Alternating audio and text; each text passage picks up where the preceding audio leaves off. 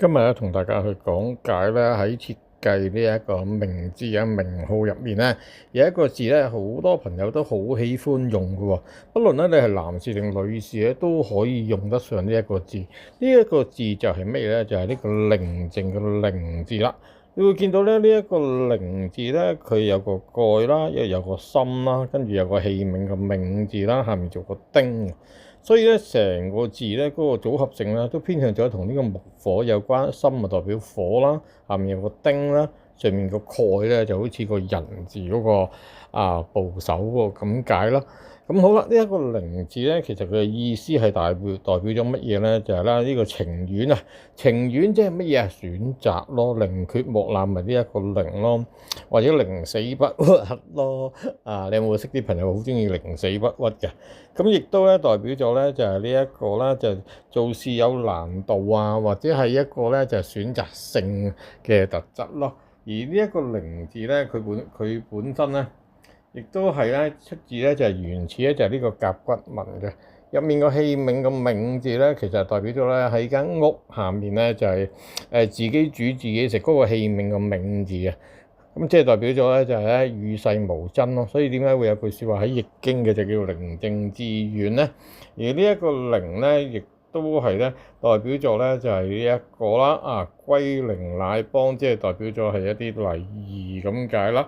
咁咧，而呢一個寧字亦都代表咗係一個安定啦、平靜啦、寧靜啦，係啦。好多人用呢個寧字就想佢係寧靜，但係咧，如果咧你天生咧一個八字入面佢本身咧係驛馬重嘅，一個驛馬重嘅人根本就中意走嚟走去。你俾個寧字佢，咪即係夾硬綁住佢？咁其實有冇啱唔啱用咧？其實係咪可以綁到咧？咁呢個就真係要睇翻佢真實嘅喎，原廠設定佢嘅八字命格會係點啦。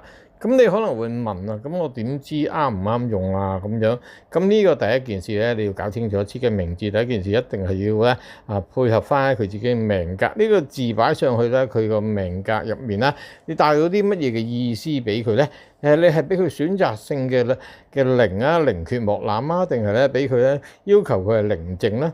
如果咧你都唔知道咧，你嘅小朋友或者你哋未來行嗰條路咧，係要波濤洶湧啦，定係要呢一個叫做咧走嚟走去啊，剩啊咁樣。咁所以你根本都唔知㗎。如果你唔識嘅話咧，就邀請你記得揾啲專家幫你設計啦。因為呢個寧字咧都好考功夫用嘅。你係用嚟選擇啊，定係用嚟咧平靜咧，定係貪圖一樣嘢就係咧呢個字咧筆畫啦寫出嚟咧夠型咧。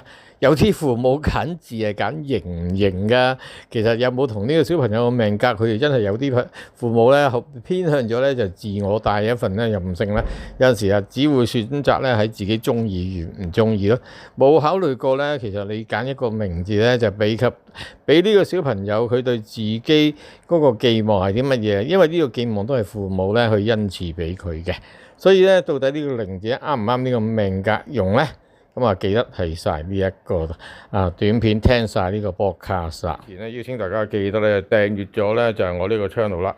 我呢個 channel 咧免費為大家咧去講解翻咧喺設計名字入面每一個字咧帶出嘅意義係啲乜嘢啦，同埋咧對於你命格啱用咧有啲乜嘢事情咧係會有啲好事發生啦。如果不合你命格嘅話咧，又有啲乜嘢咧要提早俾你預備啦，或者你經歷過咧 check 到自己咧就係原來你用緊個命咧係不合用嘅喎，所以記得啦就訂閱咗我呢個 channel 啦。每一次咧有新嘅 podcast 上架嘅話咧，你就可以第一時間咧就收到啦。又或者你本身咧有啲乜嘢字咧，你好想問到底呢個字咧啱唔啱你命格用嘅話咧，你都可以喺下面嘅留言咧同 Ken Sir 去溝通翻嘅喎。如果呢個寧字咧係不配合你嘅命格用嘅話咧，你會發覺到咧呢一個人咧會容易就鬱鬱不得志啦。好多時咧就係咧係佢扮寧靜，但係其實個內心咧好多嘢咧就不憤氣。但係最慘嘅地方咧，如果呢個寧字咧就咧不合命格嘅咧，就會容易懷才不遇啊。因為佢根本都唔係想咁樣，但係咧俾父母咧幫佢夾硬用咗呢個字咧去捆綁住咗佢。係啊，有時啲文字係好極端㗎。如果咧你唔懂得亂去運用咧，亂去設計一個名字嘅話，其實任何人都將來都必定要揾師傅同佢再設計過㗎啦。關鍵係一出世嘅時候，父母幫佢揾師傅啊，定係去到佢長大咗嘅時候咧，發覺自己個名唔係好夾喎，或者自己想要嘅願望唔係咁樣嘅話咧，咁到時咧唔係又係要揾師傅重新再設計過。所以咧呢一個靈字咧真係好考功夫，考乜嘢啊？你到底想係寧靜啊，定係選擇性啊，定係咧？呢一個咧就係避世啊！呢個寧靜同避世都有關係喎。定係咧喺我嘅煩囂工作之中咧，就係咧有一剎那嘅空間咧，就係自我嘅臨在咧，即係自己可以同自己溝通或者滴靜下自己咧。所以咧呢一個靈字咧大部分咧唔係咁容易配合到命格咯。明白嗎？如果咧配合到命格嘅朋友咧，佢大部分咧都可以將自己咧即係叫做 work-life balance 啦，工作啦同埋咧呢個生活啊或者自己嘅目標理想咧都可以平衡到咯。每日8小時咧真係好有計劃咧咁去運用咯。每個月份啊，每個年份啊，春夏秋冬四季啊，點樣咧起承轉合按部就班咧去發揮到自己咯。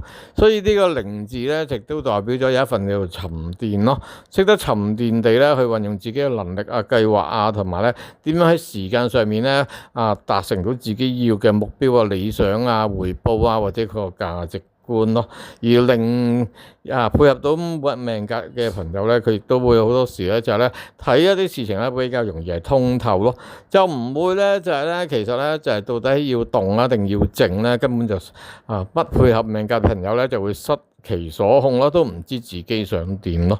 所以咧呢個靈字咧，如果你真係唔知點用嘅話，邀請你記得要請教專家啦，好似 Ken Sir 呢啲啦，係啊，又賣花讚花香啊，吹咩？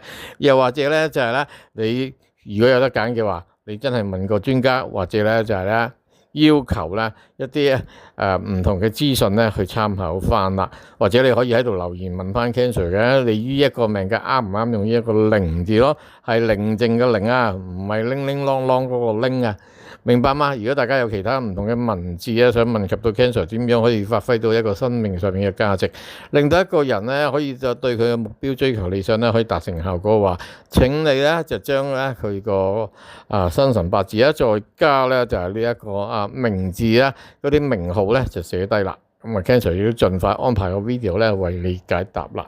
下一次同大家講其他嘅中國文字啦，拜拜。